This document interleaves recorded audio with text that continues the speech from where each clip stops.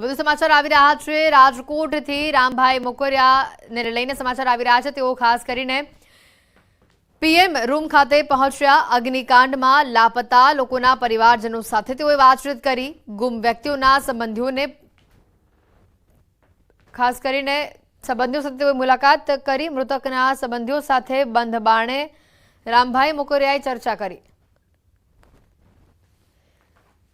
ગુમ વ્યક્તિઓના સંબંધીઓ સાથે રામ મોકરિયા દ્વારા વાતચીત કરવામાં આવી।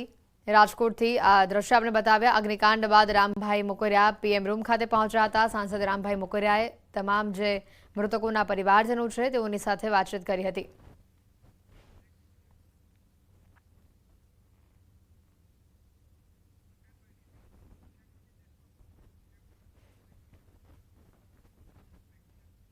તો રાજકોટ અગ્નિકાંડને લઈને જાણે રાજકીય રંગ ખેલાઈ રહ્યો હોય તેવી પરિસ્થિતિ છે। શક્તિસિંહ ગોહિલના પ્રહાર સામે આવ્યા છે અને આ પ્રહાર ઉપર વળતો વાર કર્યો છે પૂર્વ મેયરે।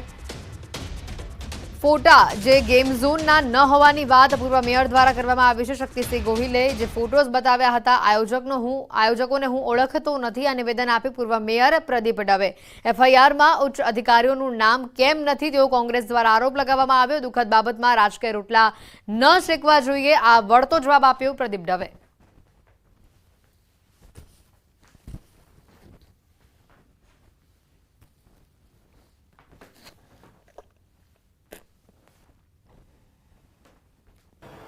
આ છે 2022માં ભારતીય જનતા પાર્ટીના પદાધિકારી મેયરશ્રી જે ઓટો એક્સપો આ જ જગ્યાએ લખેલું છે આમાં ટીઆરપી અરેના ત્યાં આગળ મેયરશ્રી જાય છે।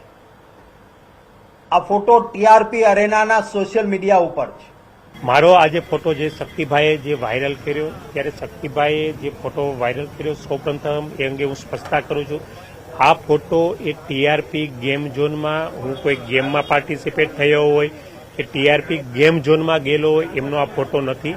આ ફોટો આ જે જગ્યા છે એ જગ્યાના આગળના ભાગમાં રાજકોટના આયોજકોએ ઓટો એક્સપો કર્યો હતો કે જે ઓટો ઉદ્યોગ સાથે જોડાયેલા છે। એમાં અલગ અલગ ડીલરોના બાઇકોના સ્ટોર્સ હતા।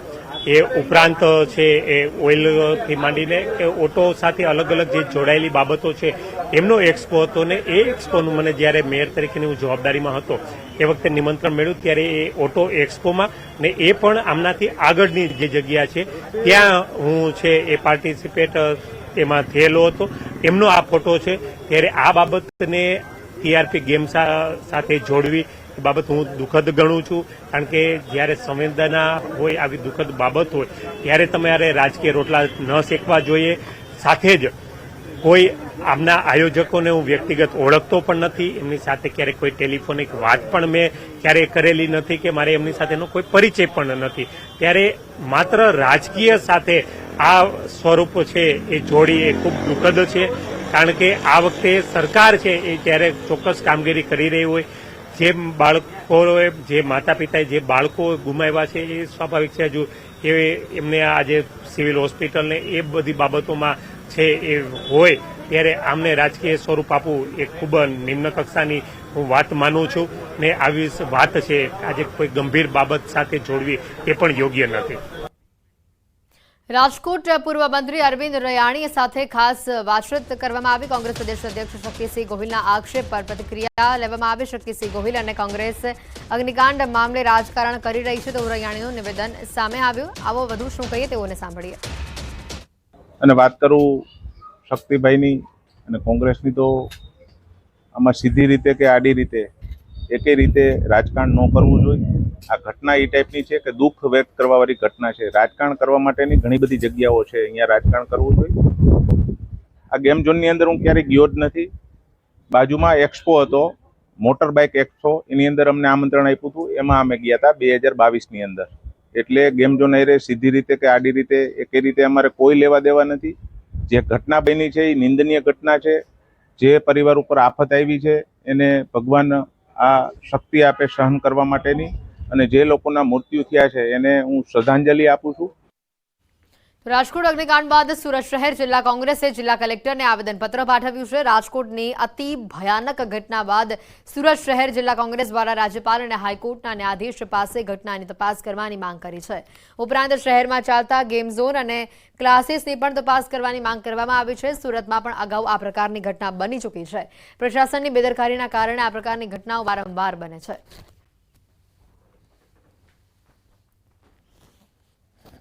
રાજકોટમાં જે માનવ સર્જિત દુર્ઘટના બની છે એ બાબતસર અમે રાજ્યપાલ શ્રી પાસે ન્યાયિક તપાસ એટલે કે હાઈકોર્ટના ન્યાયાધીશ પાસે આ ઘટનાની તપાસ થાય એવી માંગણી લઈને અમે અહીંયા આવ્યા છે. ઘણી વાર આ ઘટનાઓ બની રહી છે પણ સરકાર તંત્ર સૂઈ ગયું છે, ભ્રષ્ટાચારથી ડૂબી ગયું છે. રાજકોટના ટીઆરપી ગેમ ઝોન દુર્ઘટના મામલે ગધેથડ આશ્રમના મહંત લાલબાબુએ મૃતકોને શ્રદ્ધાંજલિ પાઠવી છે. દિવ્ય આત્માઓને શાંતિ અને સદગતિ મળે તે માટે તેઓએ ગાયત્રી અનુષ્ઠાન કરાવશે. 24,000 ગાયત્રી મંત્રનું અનુષ્ઠાન કરીને દિવ્ય આત્માઓને અર્પણ કરાવવામાં આવશે.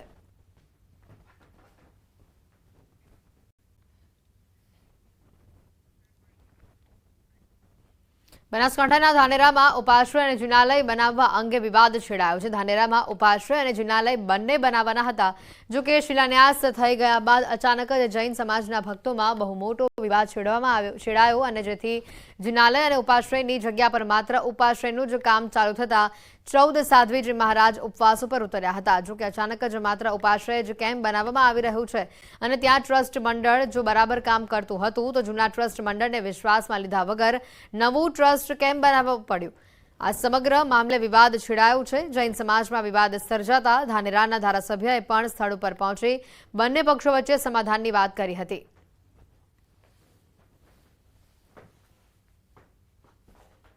આવી રીતે પીટીઆર ને ફીટીઆર ને આવી રીતે કોઈ દોડ થયું નથી.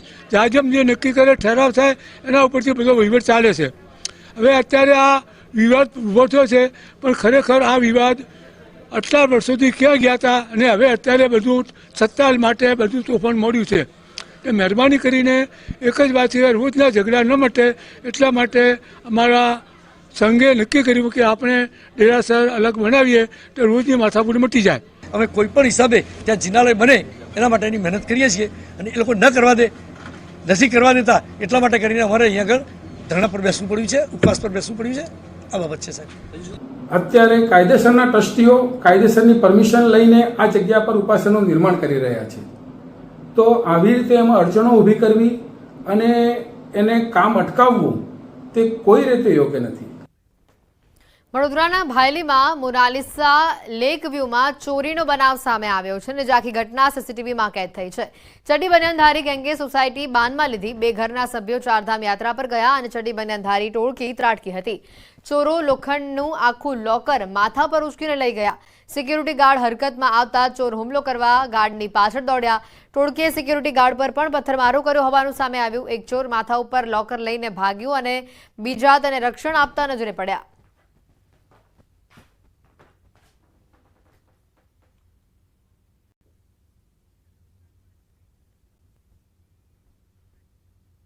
અમદાવાદમાં સમૂહ લગ્નનું આયોજન કરી ઠગાઈનું કૌભાંડ રચાયું છે. હિન્દુ જન વિકાસ સેવા સંઘ ટ્રસ્ટ નામની સંસ્થા દ્વારા 113 યુગલોના સમૂહ લગ્ન કરાવવાના બહાને લોભામણી લાલચો આપી યુગલ દીઠ 22,000 રૂપિયા ઉઘરાવી આરોપી કુલ 24,86,000ની છેતરપિંડી કરીને ફરાર થયા છે. સમૂહ લગ્ન પહેલા અનેક પરિવારોએ પોતપોતાના ઘરે મંડપ મુહૂર્ત સાથે ગણેશ સ્થાપન, ગ્રહ શાંતિ, રાસ ગરબા જેવા કાર્યક્રમો પણ ગોઠવ્યા હતા. મહેમાનો માટે ભોજન સમારંભનું આયોજન પણ કર્યું હતું.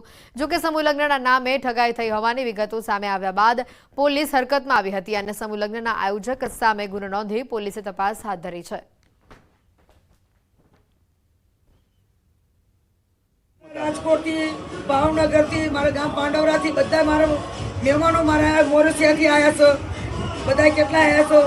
હવે મારે શું કરવાનું એનું? આજે શું ઘરે વિધિ હતી? આજે ગણેશ સ્થાપના હતી. ગણે મારો છોકરાને 1 દિવસનો અને સવારમાં તો 7 વાગે જાન જવાની હતી. અમદાવાદના વસ્ત્રાલમાં હિન્દુ જન વિકાસ સેવા સંઘ ટ્રસ્ટે સમૂહ લગ્નના નામે રૂપિયા પડાવી છેતરપિંડી આચરી અને શહેરના વસ્ત્રાલમાં આવેલા મ્યુનિસિપલ કોર્પોરેશનના પ્લોટમાં 113 યુગલોના સમૂહ લગ્નની જાહેરાત કરી દરેક યુગલ પાસેથી રૂપિયા 22,000 ની છેતરપિંડી આચરી અને જેથી લગ્નના તાંતણે બંધાવનારા કન્યા પક્ષ અને વરરાજા લગ્ન સ્થળે પહોંચતા જ કોઈ પણ જાતની લગ્નની તૈયારી જોવા ન મળી, જેથી રોષે ભરાયેલા 200થી વધુ લોકો અમરાઈવાડી પોલીસ સ્ટેશને પહોંચી હોબાળો કર્યો.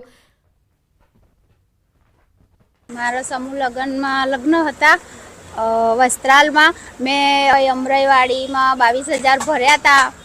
5/27 લગ્ન હતા. તે અમે ત્યાં ગયા હતા તો મને ખબર પડી કે ફ્રોડ થયું, એટલે પછી અહીં અમરાઈવાડી પોલીસ સ્ટેશનમાં આવ્યા તો કે બધું કર્યાવર આપશે, ચોલી આપશે ને ત્યાં ગાડી બધું દાગીના આપશે કે. દાહોદના ગ્રામ્ય વિસ્તારોમાં આદિવાસી લોકો હોસ્પિટલમાં તબીબોની ગેરહાજરીના કારણે ખાનગી હોસ્પિટલમાં જવા મજબૂર થયા છે. દાહોદના સંજેલીમાં આરોગ્ય કેન્દ્રમાં ડોક્ટરો હાજર ન રહેતા આદિવાસી પ્રજા ખાનગી હોસ્પિટલમાં સારવાર કરાવવા મજબૂર બની છે. અત્યારે સાહેબ કોઈ હાજર નથી. સિંહ સાહેબને કીધું હતું, કોઈ ડૉક્ટર હાજર નથી તો આગળ મોકલી દો મલ્ટીગ્રેવિડા છે. હા મેડમ હતા, મેડમને ફોન કર્યો હતો પણ મેડમે કીધું મારી તબિયત સારી નહીં, એટલે સાહેબ સુપ્રિન્ટેન્ડન્ટ સર જોડે તમે વાત કરી લેજો. પીવાના પાણી માટે બહારના કેના મુકાવે છે, એ ચાલુ જ છે આરો પણ પાણી અંદર બાથરૂમમાં નળ તૂટેલા છે ને એટલે હમણાં બંધ છે. ઉપર ચાલુ છે, આરો બંધ છે.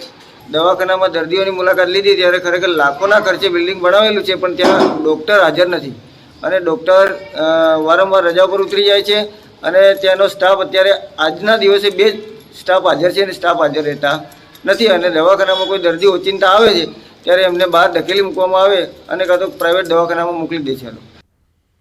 પોરબંદરના બંદર વિસ્તારમાં માછીમારોને ભાડા પેટે આપેલા ગોડાઉન ખાલી કરાવવા નોટિસ પાઠવવામાં આવી. ગુજરાત મેરીટાઈમ બોર્ડની માલિકીના 88 જેટલા ગોડાઉન ભાડા પેટે માછીમારોને આપવામાં આવ્યા છે, જે તમામ ગોડાઉન ખાલી કરવા નોટિસ અપાતા માછીમારો ચિંતામાં મુકાયા છે. ત્યારે આ નોટિસ રદ કરવાની માંગ માછીમારો કરી રહ્યા છે. એમનો માલ સામાન તે જ ગોડાઉનમાં માછીમારો સાચવીને મૂકેલો હોય છે. હવે અત્યારે માછીમારને વૈકલ્પિક જગ્યા ના હોય તો એ ક્યાં સામાન મૂકે? એટલા માટે કરીને મુખ્યમંત્રીશ્રીને રજૂઆત કરી કે હાલના સમયે જે નોટિસ માછીમાર ગોડાઉન વાપરનારને પાઠવવામાં આવેલ છે તે નોટિસ રદ કરી, એટલા માટે જો ખાલી કરાવવો હોય તો ચાલુ સિઝન થાય ત્યારે ને તેની સામે તેને વૈકલ્પિક વ્યવસ્થા કરી આપવી જોઈએ. તારીખ 17/5 નોટિસ આપી છે કે હવેથી ભાડું બંધ કરીએ છીએ. ગઈકાલે ભાડું પણ ભરવા ગયા હતા બધા બંદરના લોકો, પણ ભાડું પણ સ્વીકારવામાં આવ્યું નથી. અને અમારા જે ગોડાઉન છેલ્લા 25 વર્ષથી ગોડાઉન અમારા કબજામાં છે, રેગ્યુલર ભાડું ભરીએ છીએ, તો અમારે અત્યારે સામાન છે તે નાખવો ક્યાં?